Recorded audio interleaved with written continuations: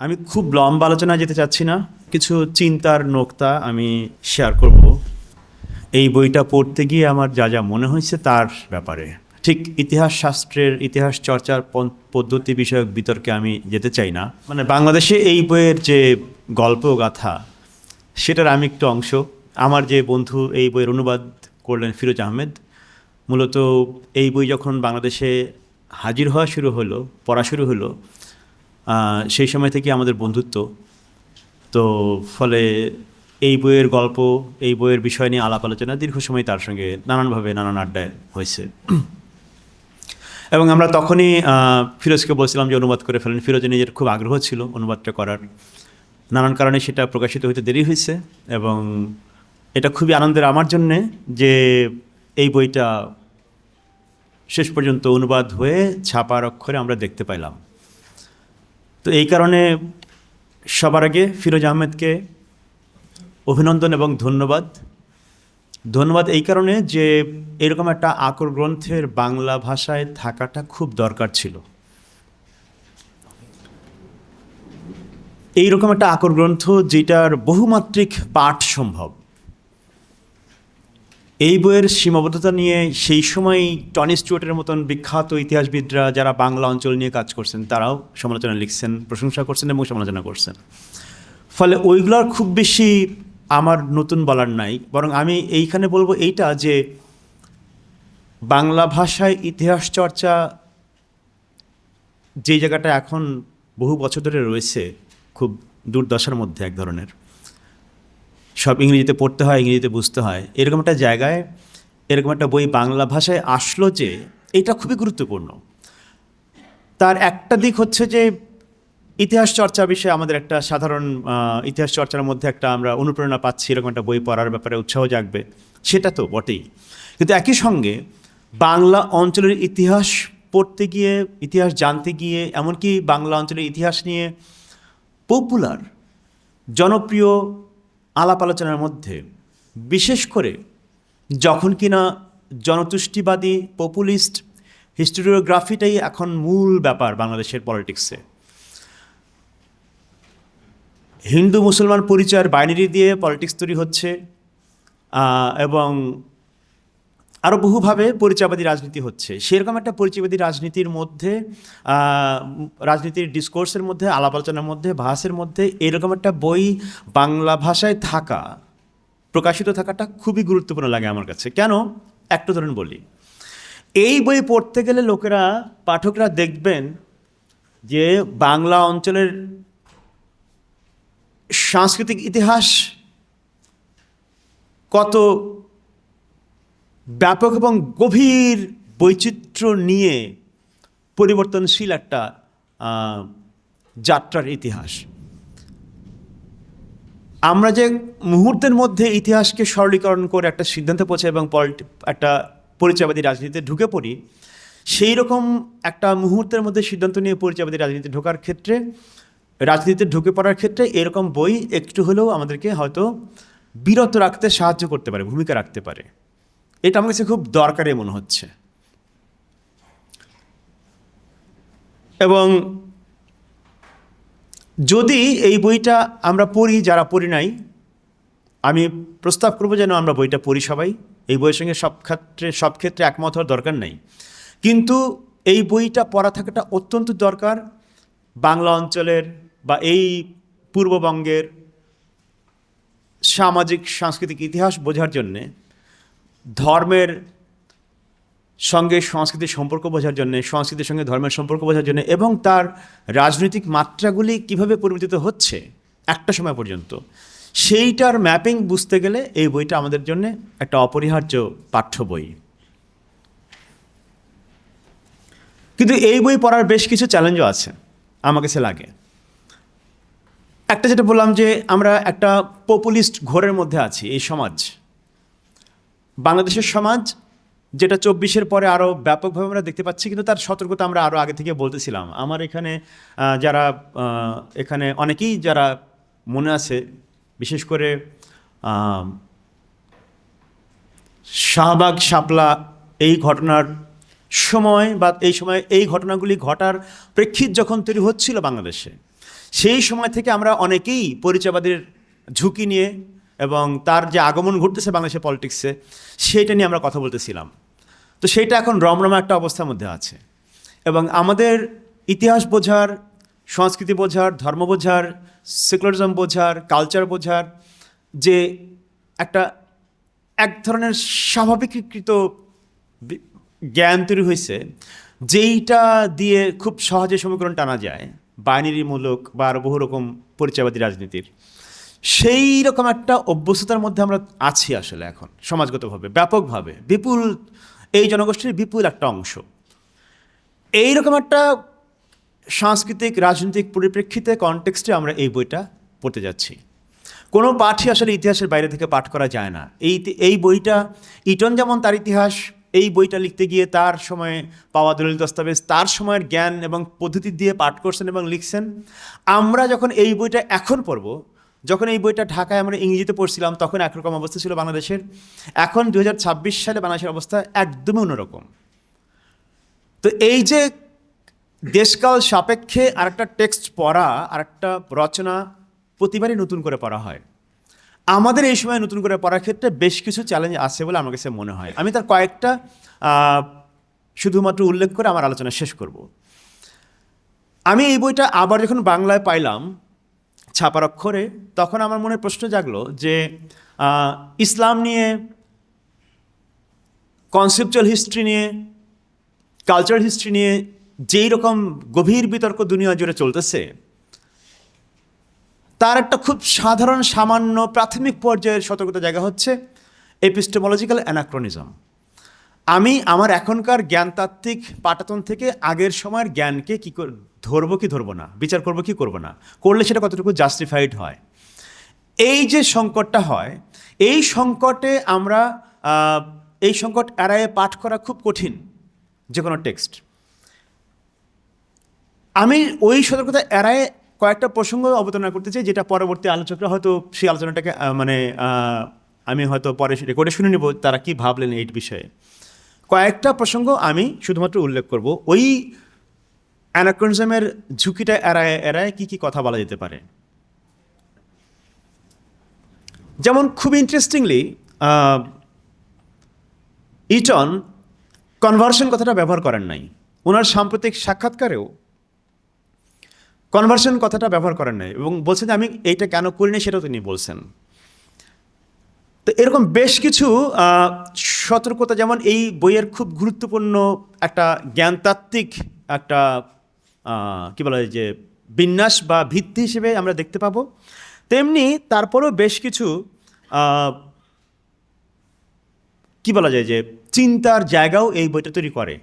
আমাদের সাম্প্রতিক পাঠের অভিজ্ঞতা থেকে এই প্রশ্নগুলো হাজির হয়, আমার মনের মধ্যে হাজির হয়েছে, সেইটা আমি কয়েকটা বলতেছি। কিন্তু এই বই পাঠ করার ক্ষেত্রে এখন যেমন হাজির হবে বেশ কিছু প্রশ্ন, কালচার কি, যেমন ইটন ধর্ম কি এই কিসের সঙ্গে ব্যবহার করলেন, কার সঙ্গে ব্যবহার করলেন, তিনি কি ওয়েবারিয়ান, তিনি কি ক্লিফোর্ড গেটসের সংজ্ঞা নিচ্ছেন, কি নিচ্ছেন, সংজ্ঞা বলতে যা বুঝি আমরা সেটা, উনি কোন ধরনের ধর্ম ব্যাখ্যা নিচ্ছেন, ধর্ম এই জিনিস এটা কি ব্যাখ্যা নিচ্ছেন, এটা খুব গুরুত্বপূর্ণ। এবং এখন বিশেষ করে এই ধরা যায় যে গত 1.5-2 দশক জুড়ে ধর্মতত্ত্ব গবেষণায় যে নতুন জায়গা তৈরি হয়েছে, সেইখান থেকে ধর্মকে আসলে আরও নতুন করে বোঝার, পাঠ করার জায়গা আছে।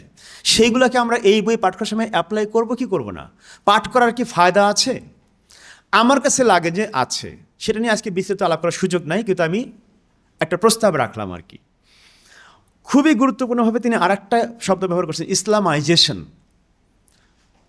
উনি কিন্তু এক হচ্ছে উনি কনভার্সন বললেন না, কনভার্সন আমি পরে একটু আলাপ করব, আর হচ্ছে উনি ইসলামাইজেশন বলছেন। তো ইসলামাইজেশন বলার সঙ্গে সঙ্গেই আমাদের কিছু কনসেপচুয়াল বা সংজ্ঞাগত ধারণাগত চ্যালেঞ্জের মধ্যে আমরা পড়ে যাচ্ছি এখনকার জ্ঞানের জায়গা থেকে। যেমন হচ্ছে ইসলাম কি, ইসলাম কাকে বলে, এইটা এখন মানে দুনিয়া জুড়ে ইসলামিক স্টাডিজ এবং হিস্ট্রিতে বড় বিতর্কের জায়গা। আপনারা অনেকেই হয়তো শাহাব আহমেদের সঙ্গে অন্যদের বিতর্কের খবর জানেন। হকসনের পরে শাহাব আহমেদের ইন্টারভেনশনটা বিরাট ইন্টারভেনশন, মানে মার্শাল হকসনের ওই বই, বিখ্যাত বই, তারপরে শাহাব আহমেদের বই হোয়াট ইজ ইসলাম এই বইয়ের যে ইম্প্যাক্ট এই ডিবেটটাকে যেখানে নিয়ে আসছে, সেখানে এই প্রশ্ন তোলাটা এখন বেশ কাণ্ডজ্ঞানেরই যে ইসলাম কি, ইসলামাইজেশন বলতে কি বোঝায়, কি হইলে বলা যায় এটা ইসলামাইজেশন হয়েছে, তার গোড়ার কথাটা তো ইসলাম কি। যেমন আমি উদাহরণ দিচ্ছি আপনাকে,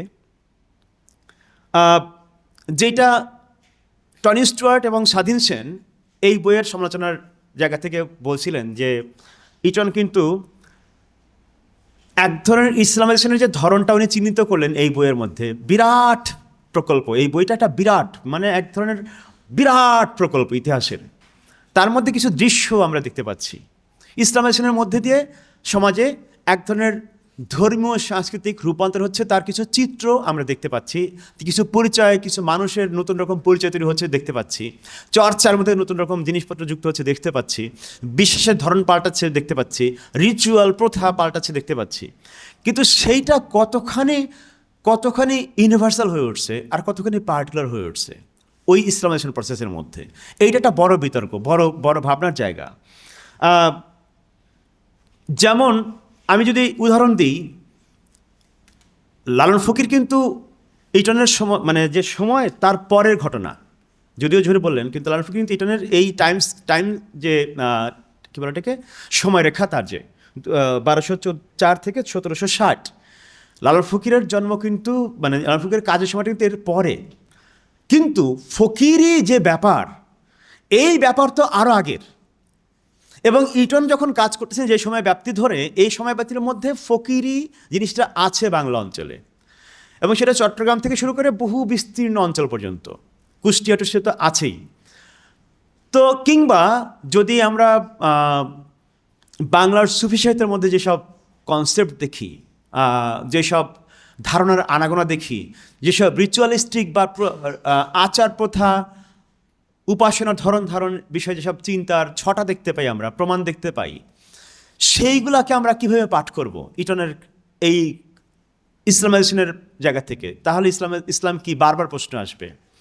এবং এখন দেখেন এর বাইরে তো ধরেন যে যদি এটাকে আমরা দেখি যে ইসলামাইজেশন একটা মোটামুটি একটা হোমোজেনিটি হাজির করা বা একটা ইউনিভার্সাল কালচারের দিকে নিয়ে যাওয়া, সেইটার আসলে মানে এতখানি ইউনিভার্সালভাবে জিনিসটা ঘটছে কিনা, এটা একটা আমি মনে করি যে এই প্রশ্নটা রাখাটা ইতিহাসের প্রতি নিষ্ঠ হওয়ার জন্যে দরকারি লাগে।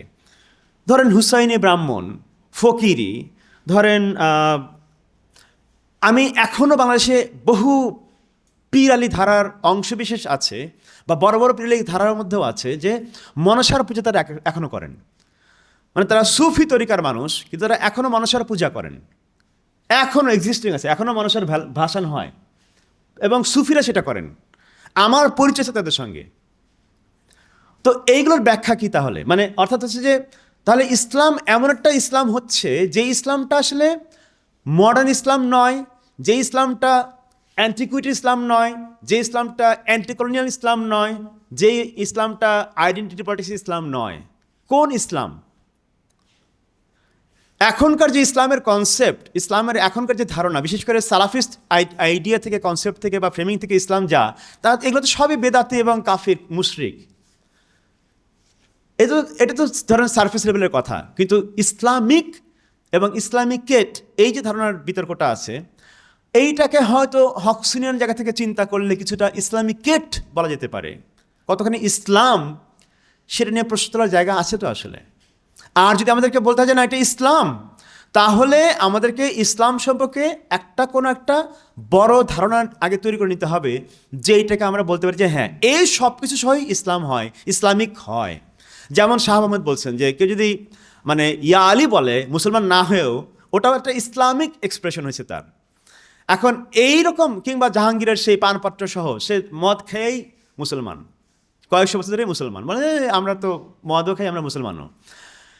মানে এটা নিয়ে বড় বিতর্ক আছে যে হালাল হারাম কত বড় স্প্যান, তার মধ্যে কোনটা মুবা, কোনটা মাখরু, কোনটা কি, এই বিতর্ক আছে, যেটা ক্রিটিক করছেন ইরফান আহমেদরা, শাহ আহমেদের। কিন্তু সেটা বাদ দিলাম আমি। আমার বক্তব্য হচ্ছে যে ইসলামাইজেশন কথাটা ব্যবহার করতে গেলে এখনকার জ্ঞানের জায়গা থেকে চিন্তা করলে এইটাকে আমরা একটা মানে কোনো একটা ফর্মের ইসলামিকেট হয়তো বলতে পারবো, কিন্তু ইসলাম বলার ক্ষেত্রে আমাদেরকে আরও একটু ভাবতে হবে, অথবা আমাদেরকে ইসলামের সংজ্ঞা ধরে নিতে হবে সেইটা, যেটার কথা আমি বলতে চাচ্ছি, যে কোনো ধর্মের ট্রান্সহিস্টোরিক্যাল বা ইতিহাস অতীত সর্বকাল পরিব্যাপ্ত কোনো এসেন্স নাই, যেমন ইসলামেরও নাই। এখন এই কথা বলার অনেক বিপদ বাংলাদেশে বসে, কিন্তু এইটা একটা বড় প্রশ্ন তাহলে, যে এবং আমি মনে করি যে এই বইটার গুরুত্বটা এখানেও, যে সাম্প্রতিক ইসলামিক স্টাডিজের সঙ্গে এই বইটাকে মিলায় পাঠ করার একটা গুরুত্ব বা একটা ইন্টারেস্টিং একটা পাঠ হইতে পারে।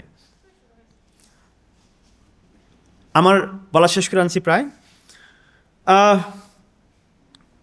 দ্বিতীয় আরেকটা যেটা কথা বলতে চাচ্ছি সেটা হচ্ছে যে